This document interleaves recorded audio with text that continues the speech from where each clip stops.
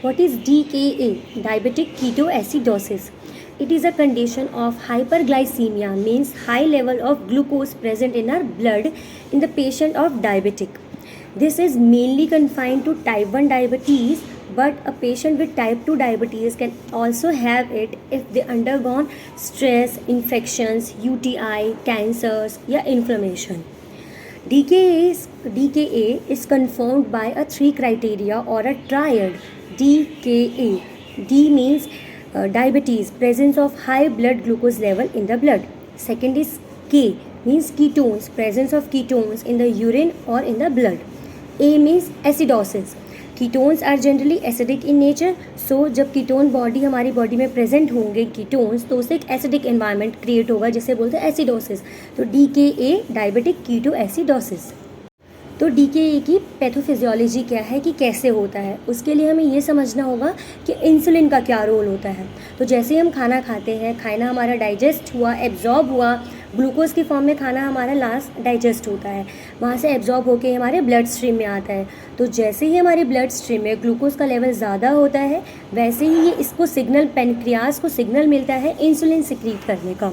Pancreas एक organ होता है जिसके पास बीटा सेल्स होते हैं जो कि इंसुलिन सिक्रीट करते हैं. ग्लूकोज हमारा ब्लड स्ट्रीम में आया, पेनक्रियाज ने अपना इंसुलिन सिक्रीट किया. इंसुलिन आता है ब्लड में, ये क्या करता है, सेल्स के जो रिसेप्टर्स होते हैं उसको ओपन अप करते हैं ताकि जो ग्लूकोज है हमारा ब्लड में वो सेल्स के अंदर जा सके. जैसे ही सेल्स के अंदर जाते हैं वहाँ प्रोसेसेस होते हैं, ऑक्सीडेशंस होता है और हमें एनर्जी मिलती है, ATP रिलीज होता है, एनर्जी मिलती है. इसलिए जैसे हम खाना खाते हैं हमें एनर्जी मिली, वो इस प्रोसेस से हमें मिलती है. टाइप 1 डायबिटीज़ क्या होता है? टाइप 1 डायबिटीज़ एक ऑटो इम्यून डिसऑर्डर है जिसमें जो हमारा इम्यून सिस्टम होता है वो हमारे जो पेनक्रियाटिक सेल्स होते हैं उनको ही डिस्ट्रॉय करने लग जाता है. तो जब हमारे पेनक्रियाटिक सेल्स जो डिस्ट्रॉय हो गए तो अब वो इंसुलिन प्रोड्यूस नहीं कर सकते, इंसुलिन नहीं बनेगा. तो जब हम खाना खाएंगे तो जो हमारा ग्लूकोज हमारे ब्लड स्ट्रीम में प्रेजेंट है वो ब्लड स्ट्रीम में ही रह जाएगा, जिससे कि हाइपरग्लाइसीमिया हो गया, means high level of glucose in the blood stream.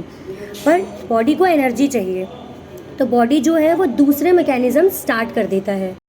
हमारी बॉडी को सर्वाइव करने के लिए एनर्जी की रिक्वायरमेंट होती है, तो हमारी बॉडी क्या करती है, दूसरा मैकेनिज्म स्टार्ट कर देती है एनर्जी को प्रोड्यूस करने के लिए. अब क्या करते, वो दूसरे हार्मोन्स को उसने सिक्रीट करना स्टार्ट कर दिया. ये हार्मोन्स जो होते हैं उनके फंक्शंस इंसुलिन से ऑपोजिट होते हैं. इंसुलिन का क्या काम था कि ये ग्लूकोज का अपटेक करता है, सेल्स को देता है, और जो ग्लूकोज बच जाता है उसको ग्लाइकोजन के फॉर्म में स्टोर कर देता है हमारे लीवर्स में या मसल्स में. ये हमारी बॉडी में इंसुलिन जो होता है वो प्रोटीन्स को हमारे मसल्स में भी स्टोर करता है. ये फैट के ऑक्सीडेशंस को नहीं होने देता. पर जो दूसरे हार्मोन्स हैं जो इंसुलिन के ऑपोजिट हैं, ये क्या करते हैं, दूसरे हार्मोन्स क्या करते हैं, सबसे पहले ही तो हमारा ग्लाइकोजन स्टोर, जो हमारे ग्लाइकोजन में ग्लूकोज स्टोर था उसको यूज़ करना स्टार्ट कर देते हैं. ग्लाइकोजन का ब्रेक डाउन किया और वहाँ से ग्लूकोज लेके एनर्जी दी. दूसरा क्या करते हैं, जो हमारे मसल्स में हमारा प्रोटीन था स्टोर, ये प्रोटीन को यूज़ करना स्टार्ट कर देते हैं. प्रोटीन का ब्रेक डाउन करते हैं अमाइनो एसिड्स में, और अमाइनो एसिड से हमें एनर्जी लेते हैं. इससे क्या होता है, तभी टाइप 1 डायबिटीज़ के जो पेशेंट होते हैं बहुत ज़्यादा उनमें वेस्टिंग देखी जाती है. उनका जो मसल मास होता है बहुत कम होता है, बहुत लीन बॉडी होती है, क्योंकि इसमें क्या होता है, सारा जो उनका प्रोटीन है वो अमाइनो एसिड में ब्रेक डाउन होकर एनर्जी दे रहा है. तीसरा होता है फैट का ऑक्सीडेशन. इसमें क्या होता है, फैट जो है वो उसको भी जो हमारी बॉडी होती है, दूसरे हार्मोन्स एक ग्लूकागॉन्स वगैरह होते हैं, वो फैट का ऑक्सीडेशन करते हैं. फैट जब एनर्जी देता है तो उसमें क्या होता है, फैट कीटोन्स बॉडी में कन्वर्ट कर दिया जाता है, और कीटोन्स क्या होता है, एनर्जी के काम आता है, एनर्जी देने के. इसी वजह से ये बार बार फैट का ऑक्सीडेशन होता रहता है. कीटोन्स बॉडी ब्लड में हमारे बहुत ज़्यादा हो जाती है. जब बॉडी में ज़्यादा हो गई तो इसको एक्सक्रीट करने के लिए यूरिन के थ्रू बॉडी इसको एक्सक्रीट करते हैं. तो इसीलिए इन पेशेंट के यूरिन में कीटोन्स पाए जाते हैं, इनके ब्लड में भी कीटोन्स पाए जाते हैं. बॉडी अब इसको एक्सक्रीट कर रही है. तो DKA पेशेंट के क्या क्या सिम्टम्स होते हैं? पहले तो ये पेशेंट बहुत ज़्यादा पतले होंगे, इनका लीन बॉडी मास होगा, मसल वेस्टिंग बहुत ज़्यादा देखी जाती है, क्योंकि जो प्रोटीन है वो मोबलाइज हो जाता है, अमीनो एसिड्स में ब्रेक डाउन हो जाता है. अगला आता है, क्योंकि अब ग्लूकोज यूज़ नहीं हो पा रहा है तो ग्लूकोज का जो अमाउंट है वो हमारे ब्लड में ज़्यादा है, जिसे हाइपरग्लाइसीमिया कहते हैं. बॉडी में फैट का ऑक्सीडेशन से कीटोन्स बहुत ज़्यादा बन रहे हैं, तो कीटोन्स भी बॉडी में बहुत ज़्यादा है। तो कीटोन्स को निकालने के लिए यूरिन के थ्रू जब कीटोन्स निकलता है तो हमारे यूरिन में कीटोन्स बॉडी पाए जाते हैं, जिसे कीटोन यूरिया कहते हैं। उसके बाद ग्लूकोज को भी बॉडी निकालता है यूरिन से, जिसे ग्लूकोज यूरिया कहते हैं। बार बार जितना फ्रीक्वेंटली बेसिस पे ये निकलते जाएंगे तो इसे पॉलीयूरिया कहते हैं। पॉलीयूरिया मीन्स बहुत ज़्यादा यूरिन आना, एक एक्सेस अमाउंट में यूरिनेशन होना। जब अमाउंट ज़्यादा एक्सेस में यूरिन का अमाउंट बॉडी से निकलता है तो इसे पॉलीयूरिया कहेंगे। अब पॉलीयूरिया हुआ जब जैसे ही उसका यूरिनेशन ज़्यादा हुआ, डिहाइड्रेशन होगा, पानी की कमी होगी, उसको प्यास ज़्यादा लगेगी, पानी ज़्यादा पिएगा, पॉलीडिप्सिया हुआ। अब बॉडी में कीटोन्स का अमाउंट ज़्यादा है। कीटोन्स जो होते हैं वो एसिडिक इन नेचर होते हैं। बॉडी को अपना पीएच मेंटेन करना है, तो बॉडी क्या करता है, इस एक्सेस ऑफ कीटोन्स या एक्सेस ऑफ एसिड को बॉडी से बाहर निकालता है इन फॉर्म ऑफ CO2।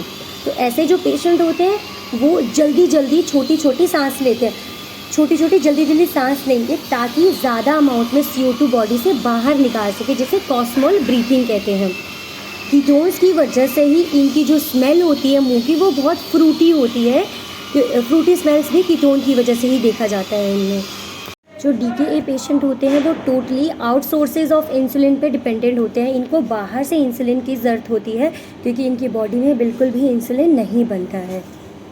अब आता है डाइट का रोल। डाइट में बेसिकली हम इन्हें एनर्जी, पहला आता है एनर्जी इनके बॉडी वेट के अकॉर्डिंग या इनके हाइट के अकॉर्डिंग, जो इनका नॉर्मल बॉडी वेट है उस अकॉर्डिंग इन्हें एनर्जी देंगे। ना ज़्यादा देना है ना कम, जिससे इनका आइडियल बॉडी वेट मेंटेन कर सके उतना एनर्जी देंगे अकॉर्डिंग टू RDA। सेकंड आता है प्रोटीन का इंटेक हम इनका बढ़ाएंगे क्योंकि हमारा मसल मास लॉस ज़्यादा हुआ था। तो प्रोटीन 1.2 to 1.5 ग्राम पर kg of their ideal body weight देंगे इन्हें। जो इनका अभी जो एक्चुअल वेट होगा वो थोड़ा कम होगा, तो पहले हम इनका आइडियल बॉडी वेट कैलकुलेट करेंगे और उसके अकॉर्डिंग 1.2 to 1.5 ग्राम प्रोटीन इन्हें देंगे। उसके बाद आता है आपका फैट में रिस्ट्रिक्शंस करनी है। ज़्यादा से ज़्यादा आप 20% ऑफ टोटल एनर्जी कैलोरीज का दे सकते हैं। फ़ैट में सैचुरेटेड फ़ैट तो बिल्कुल बंद कर देना है क्योंकि हमारा फ़ैट का ऑक्सीडेशन होके कीटोन्स बॉडी बन रहे थे फ़ैट से ही, तो फ़ैट का इसलिए इसमें रिस्ट्रिक्शन किया जाता है। जितना भी PUFA rich, flax seeds, walnuts, जितने भी आपके नट्स वगैरह है या जितने वेजिटेबल ओरिजिन जो ऑयल्स होते हैं वो सारे इसमें यूज़ कर सकते हैं। फिर आता है आपका कार्बोहाइड्रेट कॉम्प्लेक्स होने चाहिए सारे, जो रिफाइंड है, मैदा, सूजी, ये सारी चीज़ें अवॉइड करके जो आपका होल ग्रेन हो, पल्सेस, वेजिटेबल्स हैं, ये सारी चीज़ें आप इन्हें देंगे। फ्रूट जूसेस अवॉइड करने हैं, सिंपलर में चला गया वो, और डायबिटिक पेशेंट को फ्रूट जूसेस वैसे भी अवॉइड करने हैं। My plate for diabetes by IDA ये कहता है कि जो हमें अपना पूरा प्लेट है सर्कल, उसका जो 1/4 है वो हमें लीन प्रोटीन से भरना है। लीन प्रोटीन में सारे प्रोटीन्स जो आपके प्लांट बेस्ड हैं या फिर एनिमल में आपका आ गया फिश, चिकन या एग वाइट, पूरा एग योक नहीं, पूरा होल एग नहीं लेना, सिर्फ एग वाइट लेना है। या फिर जो प्लांट में आपके जितने भी प्रोटीन्स हो गए, आपके नट्स हो गए, दालें हो गई, सीरियल पल्स कॉम्बिनेशन हो गया, वो सारी चीज़ें आपको इंक्लूड करनी है आपके 1/4 में। जो आपका 1/4 प्लेट जो होगा वो आपका होल ग्रेन्स से भरा होगा। होल ग्रेन्स में आपके सारे अनाज आ गए जो आप इंक्लूड कर रहे हैं अपने खाने में। और जो आपकी आधी प्लेट होगी, 1/4 प्रोटीन, 1/4 अनाज और 1/4 जो प्रोटीन है वो आपका वेजिटेबल्स से होगा। वेजिटेबल्स मतलब रॉ सैलेड्स हो गए या फिर सब्ज़ी हो गई। उसके बाद आपको जो डेयरी प्रोडक्ट्स है वो low fat dairy product use करना है, फैट कम यूज़ करना है, फैट नहीं यूज़ करना है, ताकि कीटोन्स बॉडी हमारे कम बने, कम एसिडोसिस हो, और कम कीटोन्स बॉडी बनेगा तो कीटोन और यूरिया और इन सब में भी कमी होगी। तो इसलिए लो फैट डेयरी सारी चीज़ें यूज़ करनी है। उसके बाद सैचुरेटेड चीज़ें यूज़ नहीं करना। और जो कुकिंग का जो मेथड है वो फ्राइंग से ज़्यादा आप ग्रिल्ड यूज़ कर सकते हैं, स्टीमिंग या बॉइलिंग, ताकि उसमें भी आपका फ़ैट का जो इंटेक है या फ़ैट का जो यूज़ है वो कम हो सके।